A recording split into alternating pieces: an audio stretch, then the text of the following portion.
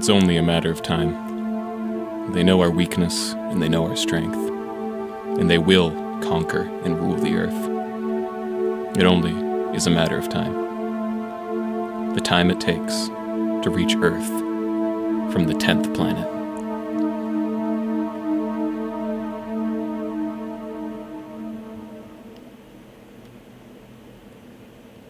My name is Walker. My home is in California, North American continent, planet Earth. I'm writing this in a room deep inside a spaceship, approximately 4.5 million miles from Earth. On Earth, I was a teacher of mathematics.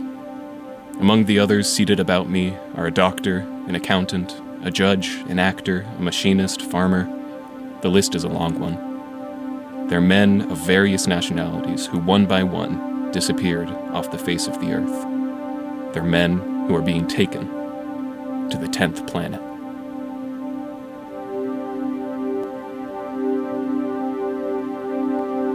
My life, for the most part, has been average, unexciting. On Earth, I attended church, discussed politics, gave my son boxing lessons, and on Saturday nights, my wife and I usually had a few friends in for bridge. These things are important. Not only that you may know more about me, but that I may carefully report, and you may evaluate everything that has happened since the afternoon I walked into my home and found a visitor awaiting me. A visitor from the Bureau in Washington.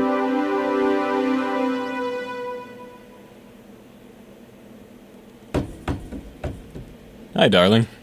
Oh! Todd, this is Mr. Webster. He's with the Bureau.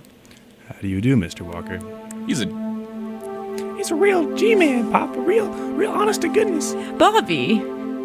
Yes, Bobby. Now, suppose you and Mummy... Yes, I'll keep him occupied, dear. Thanks.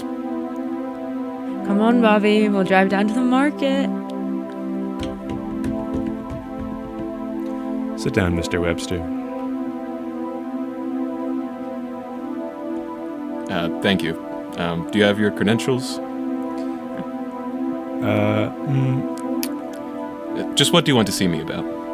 Well, how long has it been since you've seen your brother, Mr. Walker? Oh, Perry? I haven't seen him since he went to work at the Atomic Center in New Mexico. You talked to him recently? On the phone, I mean? No. Why do you... Letters from him? Why, he usually writes about once a week, but I haven't had a letter now, and I suppose it's been close to 3 weeks. Well, what did he write then? Oh, just the usual things. Working hard, feeling fine. Usual things a brother writes. No mention of his work? No, he's never written about its work. It's highly secret, I believe. Yeah. Mr. Walker, you and your brother have always been very close, haven't you? Yes, ever since our father died. And he hasn't contacted you in any way during the past 2 weeks? That's right. Alright. I guess that checks you out, Mr. Walker. Sorry to have bothered you. Mr. Webster. Yes? What's happened to Harry? I'm sorry, Mr. Walker. My orders were to contact you, find out when you heard from him last, and that's all I know. He's dead. Dead? Why do you say that? If he weren't, I would have heard from him. Well, you can't be sure of that. Now, he may have been transferred. His work is classified. There could be any number of reasons. No. When Harry took the job, we prepared for that. We have a code. A code? We agreed that if he should suddenly be sent somewhere unexpected, or if he weren't free to let me know where he is, or what he's doing, he'd send me a wire saying, "Happy birthday, Pappy." Uh-huh. Pappy. Yeah, well, he's called me that since Dad died. I see. Well, let's not look on the dark side, Mr. Walker. You may hear from him any day. Can you give me any other information about him? I'm sorry, I'm just doing a job. So was he. Webster was barely out of the house when I was on the phone. After an hour and 20 minutes or so of red tape, I reached the security officer at the Atomic Center in New Mexico. Security. Major Collins speaking. Major, I'm the brother of Harry Walker. Are you calling from Lurok, Mr. Walker? I'm calling from my home in California. What difference does that make? Well, if you give me your number, I'll call you back. I realize the necessity for caution, but I don't understand why you people won't tell me what's happened to Harry. I'm sorry, Mr. Walker. I'll have to call you back. Don't bother, Major. I'll be over there by tomorrow night.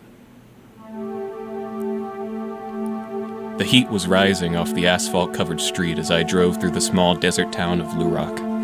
I was hot, dirty, and tired after driving all night. There weren't any signs to show me the way to the atomic center, so I stopped for coffee and got all the directions I needed. 45 minutes later, I was in a small frame building, a kind of sentry post, waiting for Major Collins.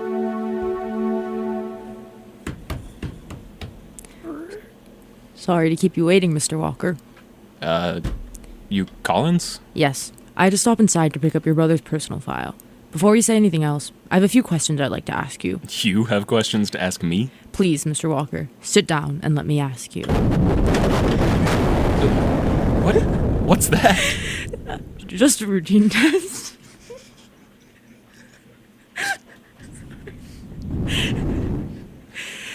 Now then, according to this file... Sorry. Harry Walker's nearest living relative is his brother, Todd Walker. What is your wife's maiden name, Mr. Walker? Miller. Jean Miller. The birth date of your son? April 12th, 1941. Your grandfather's birthplace? Grant? England, I believe. Ipswich? Not too sure. Now, look here, Major. Just a few more, Mr. Walker. What was the name of the family that lived next door to you in 1933? 33? We lived in Adamsville then. Well, there was a girl. Her father was a minister. Don't remember their name, though. What happened to a dog you own called Spot? Spot was killed. Fell down a flight of cement stairs. I was only 10 years old when that happened. Now, Major Collins. Here's your pass. Now, if you'll come with me, Mr. Walker, I'll tell you everything we know about the disappearance of your brother. Before I had a chance to say anything else, before I could think of anything else to say, we were beyond the 2 sentry posts, through the great steel gate, and inside the restricted area of the atomic center.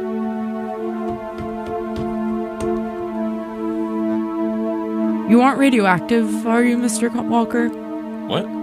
We're passing through a safety zone. If either of us is contaminated by radioactive materials, pitch blends, uranium, an alarm bell will sound. Oh.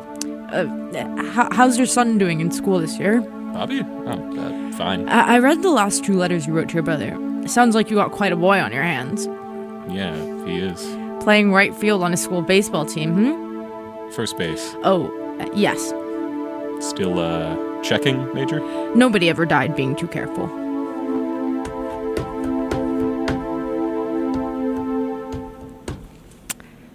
Yeah. This was your brother's room. Why is it padlocked? I didn't want any of his things disturbed.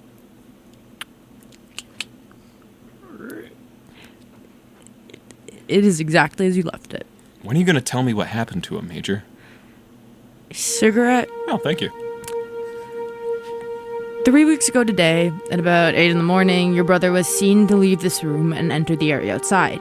He appeared to be on his way to a mess hall for supper. He never arrived there. Where'd he go? We don't know. What? All we know is that about 50 yards from this building, he was accosted by a man wearing a heavy trench coat. Trench coat? In this heat? He stopped and talked to this man. That's the last time he was seen. Who was the man in the trench coat? We haven't been able to identify him. Culver, one of your brother's friends here, saw them together. He heard the man call your brother by name, and he heard your brother mention the word target several times. Target?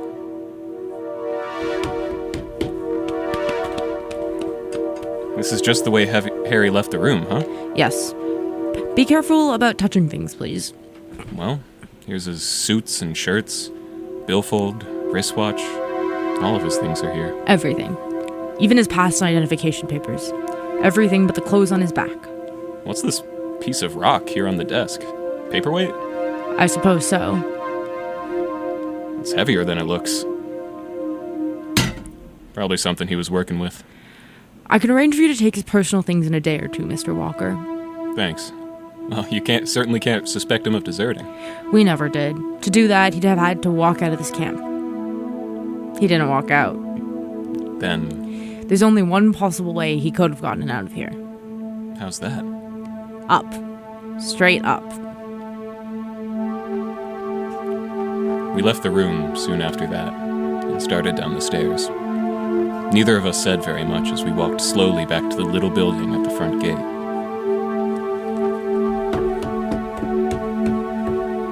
Are you going to stay in Blue Rock, Mr. Walker? Or do you plan to return to California? I don't know yet. When you know, I'd appreciate if you'd call me. Yeah. Yes, I will.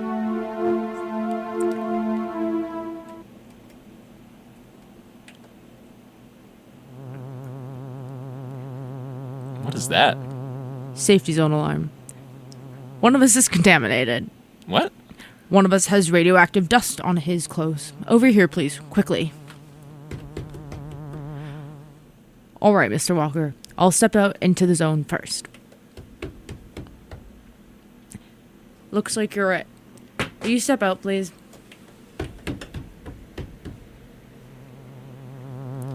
Come on. Radioactive? Are you sure? Certainly. But how? I haven't touched anything. Except that paperweight. I know, Mr. Walker. I barely touched it. You'd better spend the night here, Mr. Walker. By the time the boys in the decontamination room get through with you, it'll be quite late. Thanks. Incidentally, I've made up my mind. Yes? I'm gonna stay in New Rock. I'm gonna find out what happened to Harry.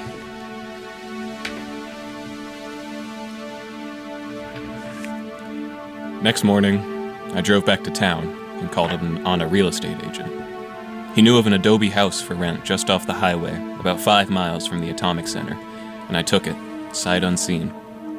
The house was small, but comfortable, and most important, it had a telephone.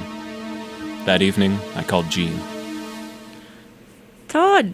Oh, it's good to hear your voice. When are you coming home? I thought I'd stay here for a while, Jean. Maybe you and Bobby could fly over? Oh, of course. When? Tomorrow. Wonderful, darling. Did you find anything out about Harry? I'll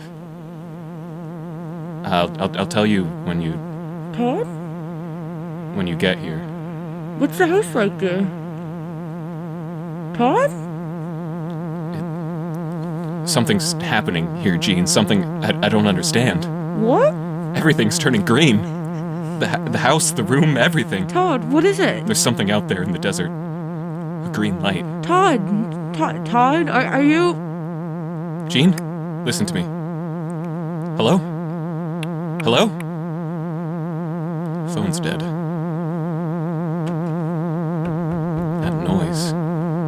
That humming, what is it? Yes? What do you want? Good evening, Mr. Walker. May I come in? Thank you. Is it always so cold in here? Cold? It's hot, over 90. Precisely. You're cold? Even with that coat on? I have brought you a message, Mr. Walker. I was told to say, Happy birthday, Papi. Oh, Harry's alive. Of course he is. And you, who are you? Oh, forgive me, my name is Torgood. I come from the 10th planet.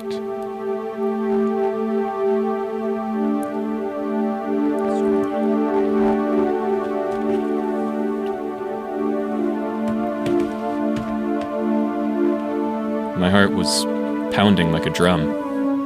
I didn't want to believe what I'd heard. Talk of flying saucers, spaceships, interplanetary travel. This wasn't for me. I was a professor of mathematics, a logical man.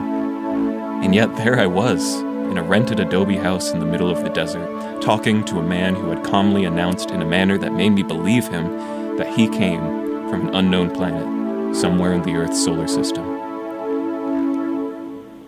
A 10th planet? In talking to Earthmen, I found that to be the most simple designation.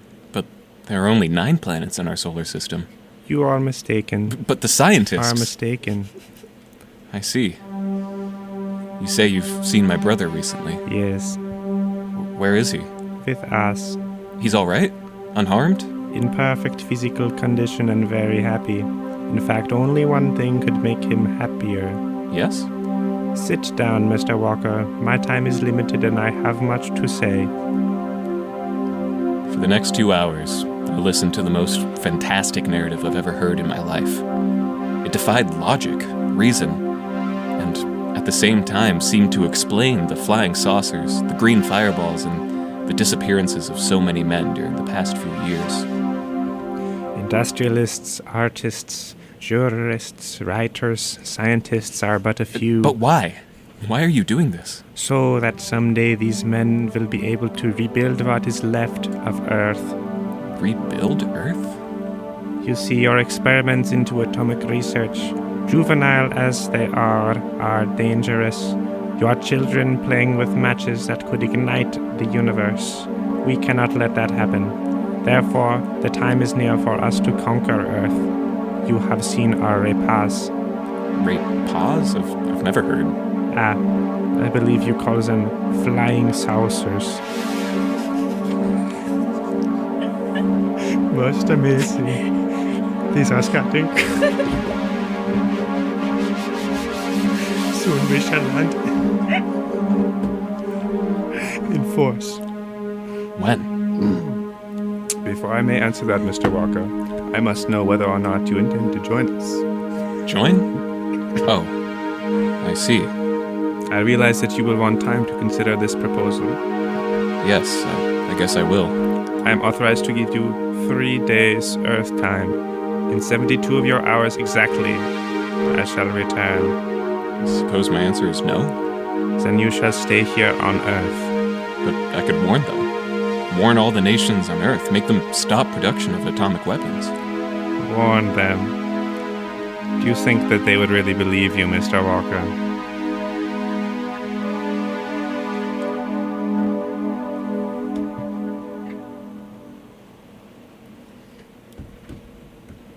Sorry, I got lost.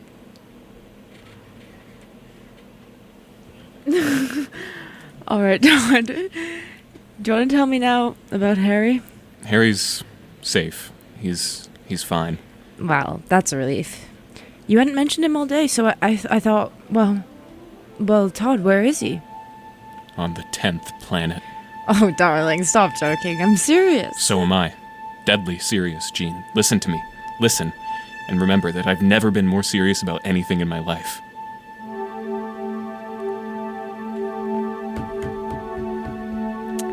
Good evening, Mr. Walker. Oh, Major Collins. Come in, sir.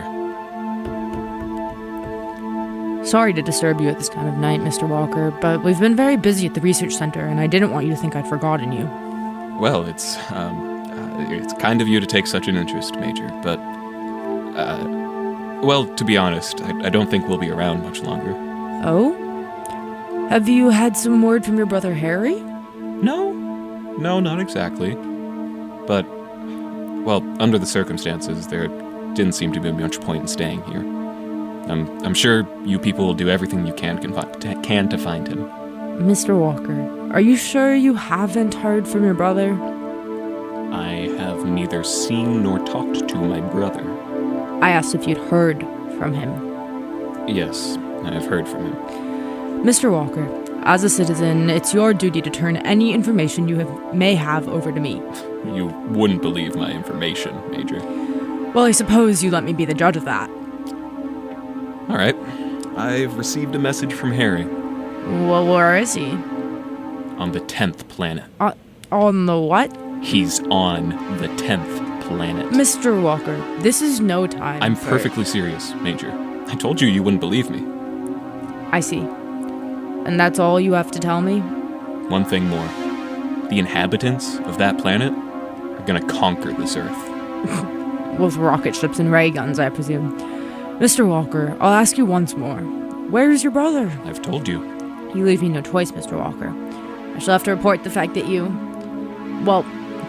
you are withholding vital information. Good night. Shortly after 10, we heard it. And again, the desert in the room, everything, turned that strange metallic green. It's fantastic, Todd.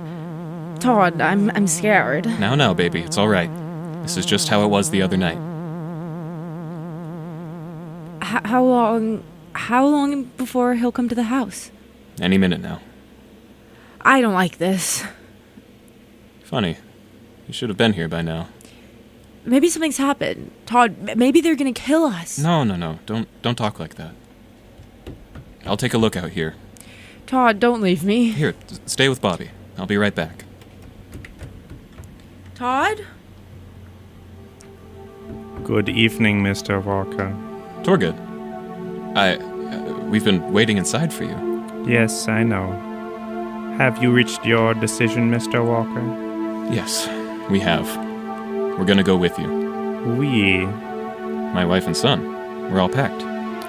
I'm afraid that you have misunderstood my original proposition, Mr. Walker. What? My offer did not include your wife and son.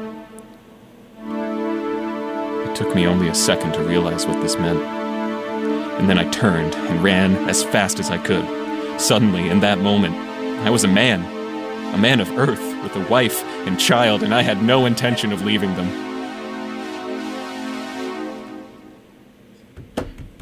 Jean! Yes, dear? Get your things. Hurry, we're getting out of here. Todd, what is it? I'll tell you later. Now, get the car started, and I'll get Bobby. But what about Please, Jean. What is it, Pop? We're going home, son. Back to California. Come on, here we go. I don't think I'd like it on another planet. I like it right here on this planet. Another planet and I get scared. I want to stay. I'll drive, Jean. Where are we going? I'm gonna try to make the atomic center.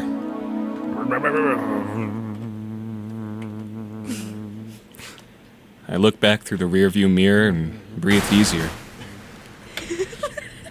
The night was moonlit, pure gold.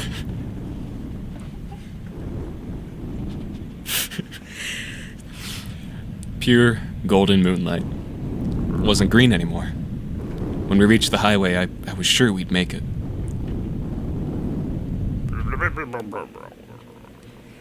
Darling, what is it? I don't know. The gas is all right.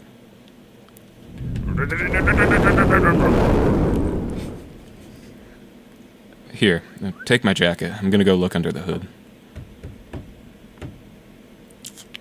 Ignition's okay. It's not flooded. Jean, I don't see a thing wrong. What shall we do? There's a gas station about half a mile down the road. You stay here with Bobby. Todd! I won't be gone over 20 minutes.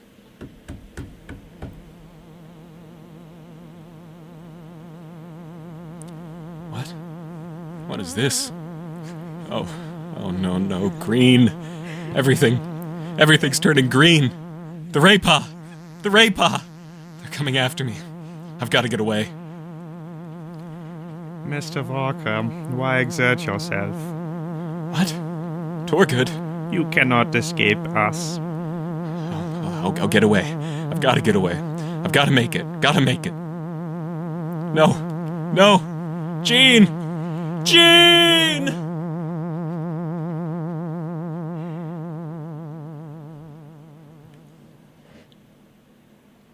I'm positive that Earth, as we know it, is doomed.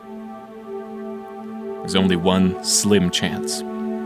If Major Collins were to have the radioactive rock we found in my brother's room analyzed, he would find that it is not of our planet. Perhaps then, he would realize I was telling the truth. Otherwise, it's only a matter of time. They know our weakness and our strength, and they will conquer and rule the Earth. It's only a matter of time.